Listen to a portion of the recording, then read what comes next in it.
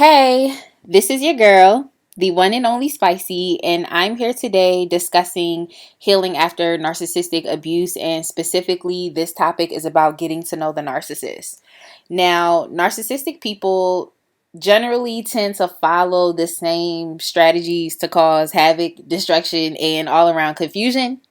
It may seem like those words to describe their intentions are harsh, but I assure you this is exactly what they cause. Like, this is a fact. So the strategies that they may use to gaslight you, scapegoat you, smear your name, and to even cause you to turn against your authentic self and a better judgment can literally be the same. Like, that can be their intentions, like their purpose for your specific life, but the patterns in each of these people individually, like the patterns that they have and their own behavioral issues can vary. So basically what I'm saying is that there are different personality types when it comes to narcissism. Like there's the covert narcissist, there's the overt, they say, narcissist, and then there's also those who have antisocial personality disorder. And then those who are also psychopaths. So I think there's like a spectrum as far as their behaviors, and each individual person, like I said, is going to have a different pattern of behavior. However, the intention and the purpose for your life is going to be the same, which is going to be to destroy. So this is why it's important to get to know the specific narcissist or narcissistic people surrounding your life. So not only can you be empowered, be able to change your perspective on what's happening, but to also predict what they will do before they do it. So a lot of you all know that on my page, I also do tarot and whatnot. So as a tarot reader, I don't necessarily sit and read into people's energies because I have a life of my own. I have things that I would like to do and accomplish within myself.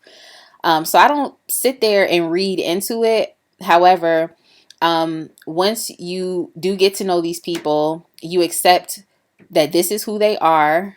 Um, like I said, you'll be able to predict things ahead of time. So in a sense, you kind of become like a psychic within yourself, because not only are you using your past experience, but you're also using what you know now, what you know now in the present moment, which is what you've accepted about them. And as you move forward, you can utilize your intuition with dealing with these types of people, because narcissistic people are everywhere. You really cannot avoid it. And I definitely wish that I would have known this when I was coming up in life, just growing up, because I could have definitely avoided a lot of things. However, I do understand that everything happens for a reason. And I am here today being able to share my experiences because I've went through these things personally. So that's that on that. All right, so some people are connected to narcissists by family relation, by children, and through work relationships. So this topic, like I said, is especially helpful with navigating how to deal with these individuals, especially when the circumstance may not allow you to have a clean break.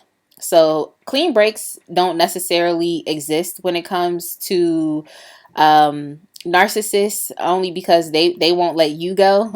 So you have to create that peace within yourself when you are leaving them or trying to get them out of your life. So like I said, clean breaks don't necessarily exist when it comes to narcissists. It might be even more difficult with family members or even ex-partners that you've had intimate relationships with.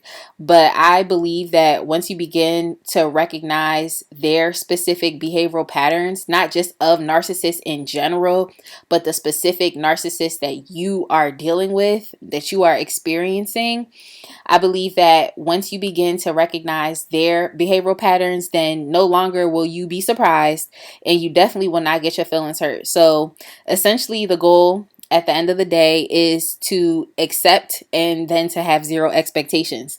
And that may be hard if you are an individual who has your integrity, has your own set of morals, has your own set of ethics, the way that you do things, and you're trying to live life righteously. It may be hard because you wish that everybody could be this way or be like you or see things how you see things. But the fact of the matter is that it's just not that way. So having zero expectations for other people doesn't necessarily mean it translates into, okay, now you have to have zero expectations in general for everything, just for those specific people, because they're not serving your life. So in order to come to an understanding of someone's behaviors and actions being abusive, it causes you to have to reflect.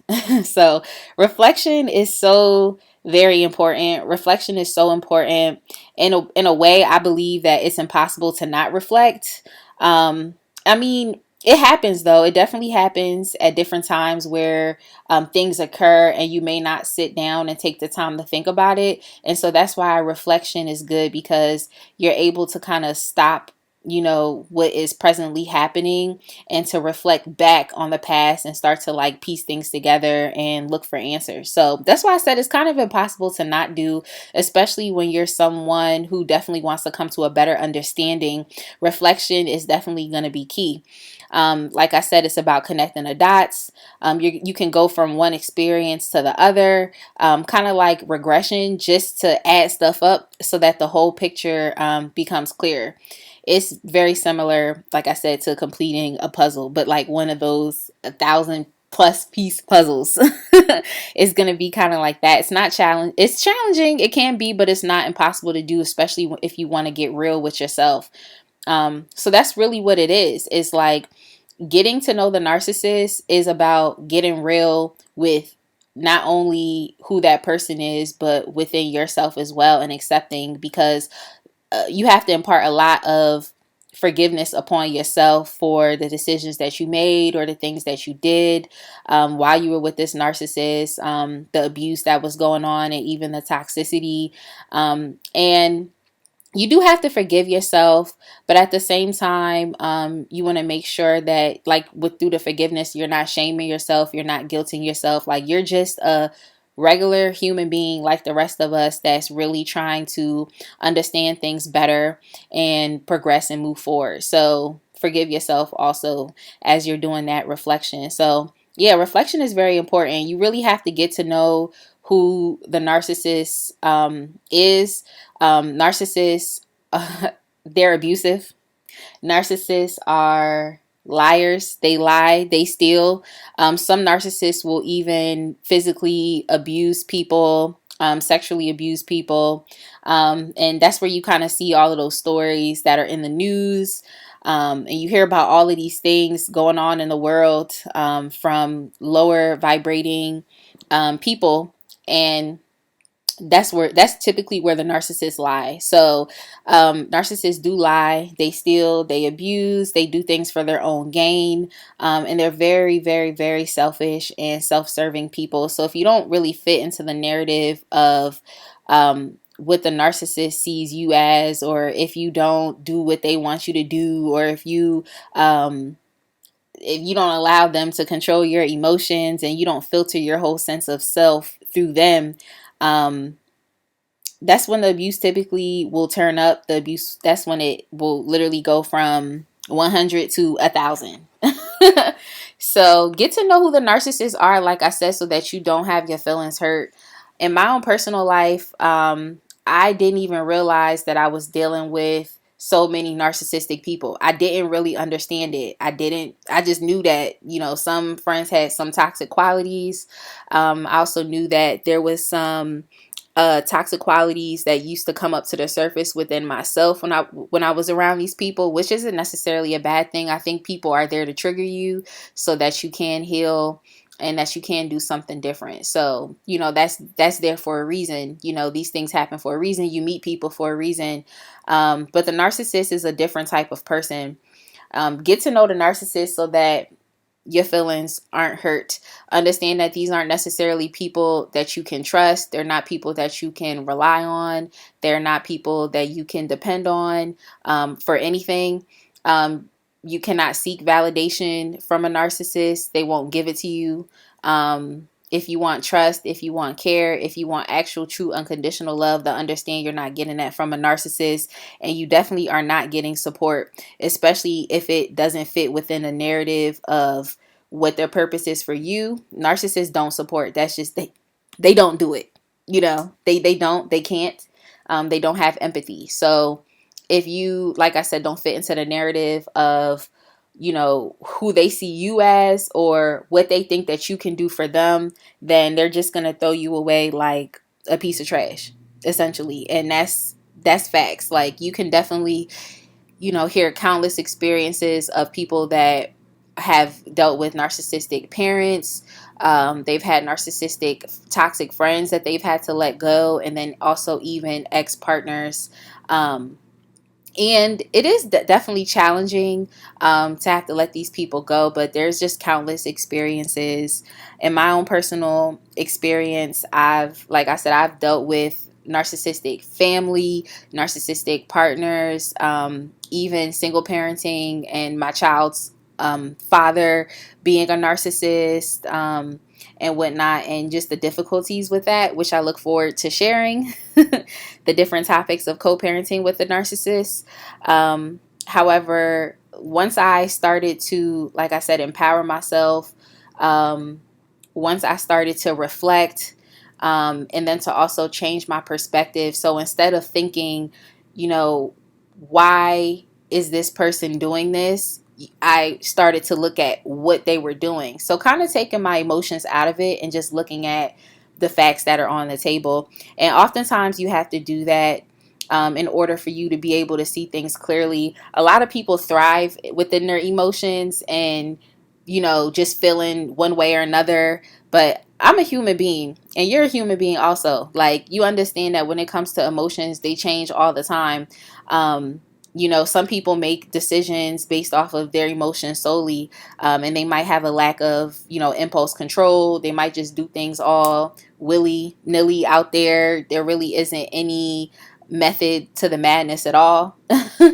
And it is going to be very important for you to be as logical and rational as possible, because like our emotions can definitely steer us in the wrong directions. It can take us down a path that we never really intended to go down. So it's very important to, especially when dealing with narcissists, to keep it very logical and keep it very rational. In order to get to know the narcissist, you have to keep it real with yourself.